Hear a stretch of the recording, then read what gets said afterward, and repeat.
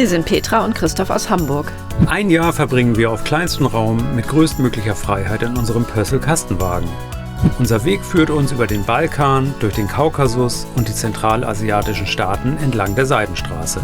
Auf dieser Midlife-Reise füllen wir weiße Flecken auf unserer persönlichen Landkarte. Filling White Spots eben.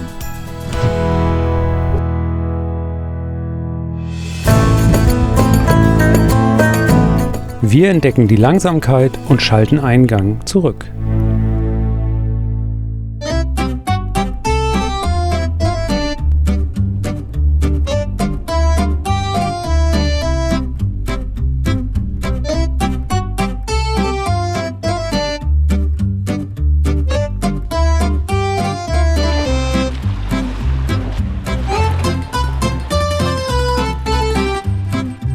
Wir haben die Langsamkeit für uns ein bisschen wiederentdeckt und sind jetzt doch noch in der Region geblieben. Nachdem wir am letzten Stellplatz von einer Griechin noch ein paar Tipps bekommen haben, drehen wir jetzt doch noch eine Runde über Chalkidiki. Wir sind hier am ersten Finger am Beach Poseidi und haben hier hinter uns einen schönen Stellplatz gefunden, wo wir die Nacht am Strand verbringen können. Nach einer entspannten Nacht am Strand machen wir uns früh morgens auf ins Hinterland von Chalkidiki. Wir sind mittlerweile am zweiten Finger angekommen, befinden uns auf dem Weg nach Pantenonas, einem kleinen Bergdorf.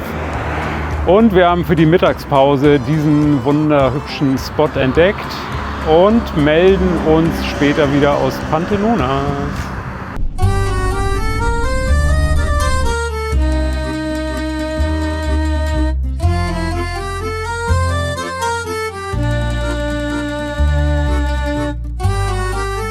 Wir sind in Pantenonas angekommen, haben eben schon mal so einen kleinen Walk hier durchs Dorf gemacht.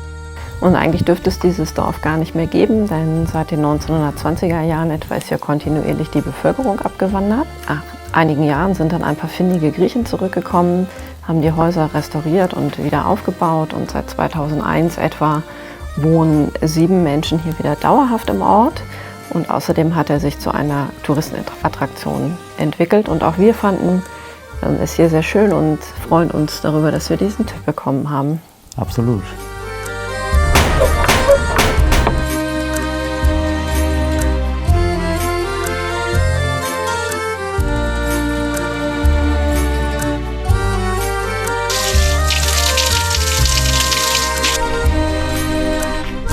Wer Pantenonas für eine Nacht besuchen möchte, kann unter mehreren Unterkünften wählen. Wer vielleicht doch für immer bleiben möchte, findet noch ein paar Häuser, die aus ihrem Dornröschenschlaf wachgeküsst werden wollen.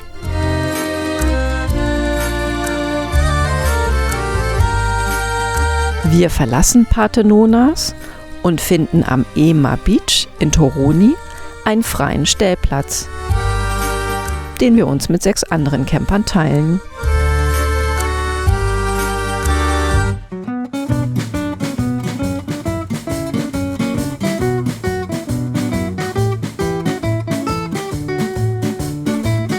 Dieser Traumplatz für Freisteher wird nicht mehr lange für große Wohnmobile zugänglich sein.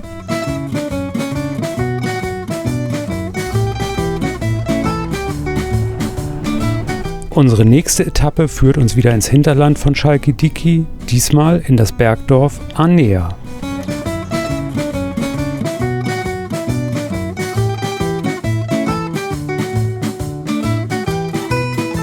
Anea ist bekannt für seine malerischen alten Häuser. Die Bewohner haben vermutlich mit mehr Touristen gerechnet. Diese sind aber offensichtlich ausgeblieben.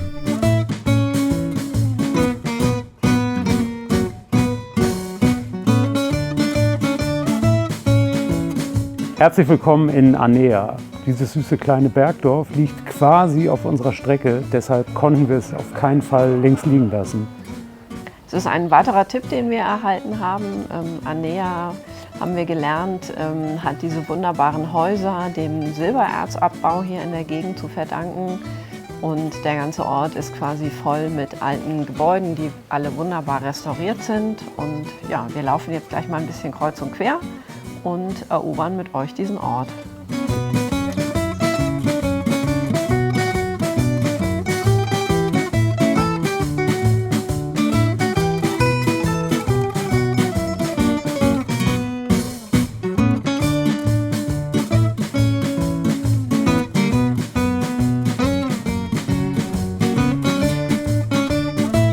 Wir entdecken ein noch nicht renoviertes Haus, das mit offener Tür zu einem kurzen Besuch einlädt.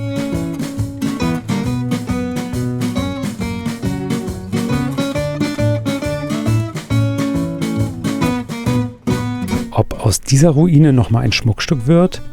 Bis es soweit ist, machen wir erstmal das Licht aus.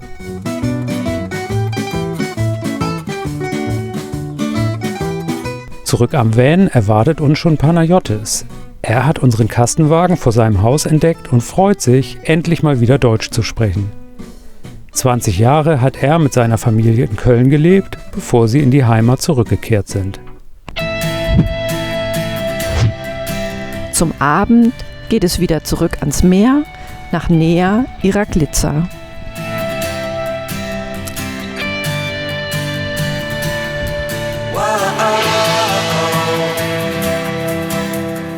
Aller guten Dinge sind bekanntlich 3, deshalb haben wir uns die 3. Stadt für diese Woche ausgesucht. Wir sind in Kavala, eine etwas größere Stadt, direkt an der Küste gelegen.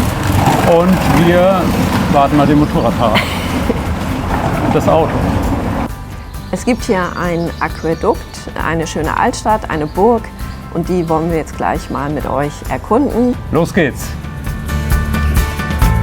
Das Aquädukt ist 270 Meter lang und etwa 25 Meter hoch.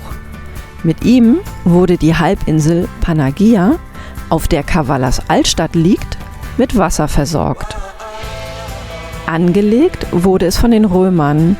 Die heute erhaltene Form ist osmanisch und wird etwa auf das 16. Jahrhundert datiert.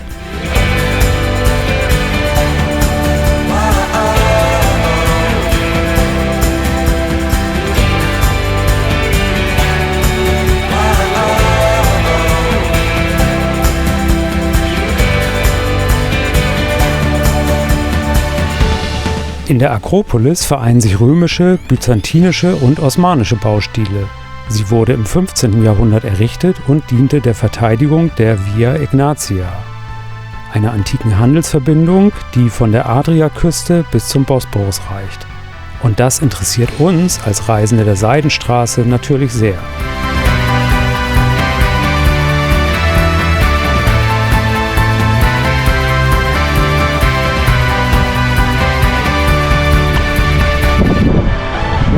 Sorry. Okay. Kavala liegt am Thrakischen Meer und wurde im 7. Jahrhundert vor Christus gegründet. Heute hat die Stadt etwa 70.000 Einwohner.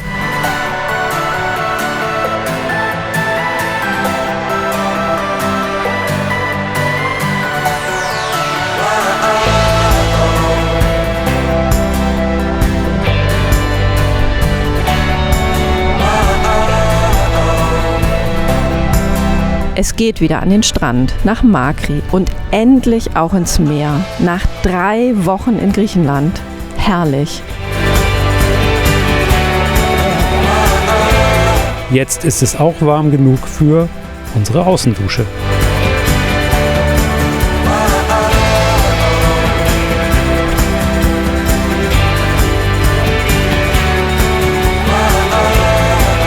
Noch herrscht hier die Ruhe vor dem Sturm und die Strandbar ist geschlossen.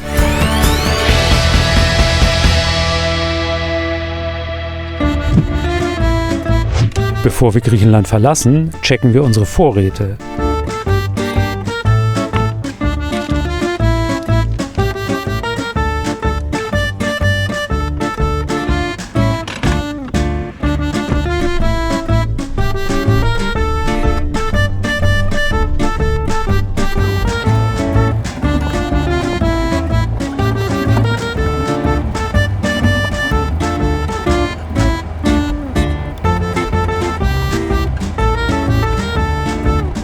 In Alexandroupoli, der letzten größeren Stadt vor der türkischen Grenze, geht es in den Supermarkt.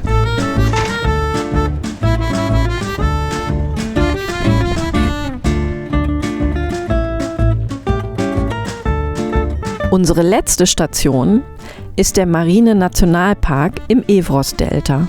Für Vogelkundler der It-Place in Südeuropa. Für uns ein schöner Spaziergang, auf dem wir Schildkröten, Reiher, Störche, Gänse und Schlangen sehen.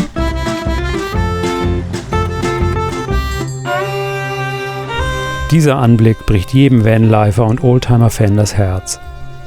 In Alexandropoli entdecken wir diesen verwahrlosten VW Bulli. Schade.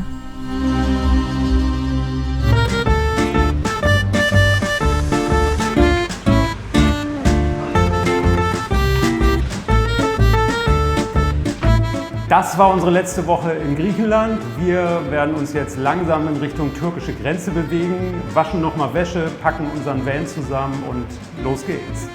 Und wenn euch unser Film gefallen hat, dann freuen wir uns wie immer über eure Kommentare und über eure Likes. Und wenn ihr uns abonnieren wollt, beeilt euch, diese Woche sind noch 50 Abos zu haben.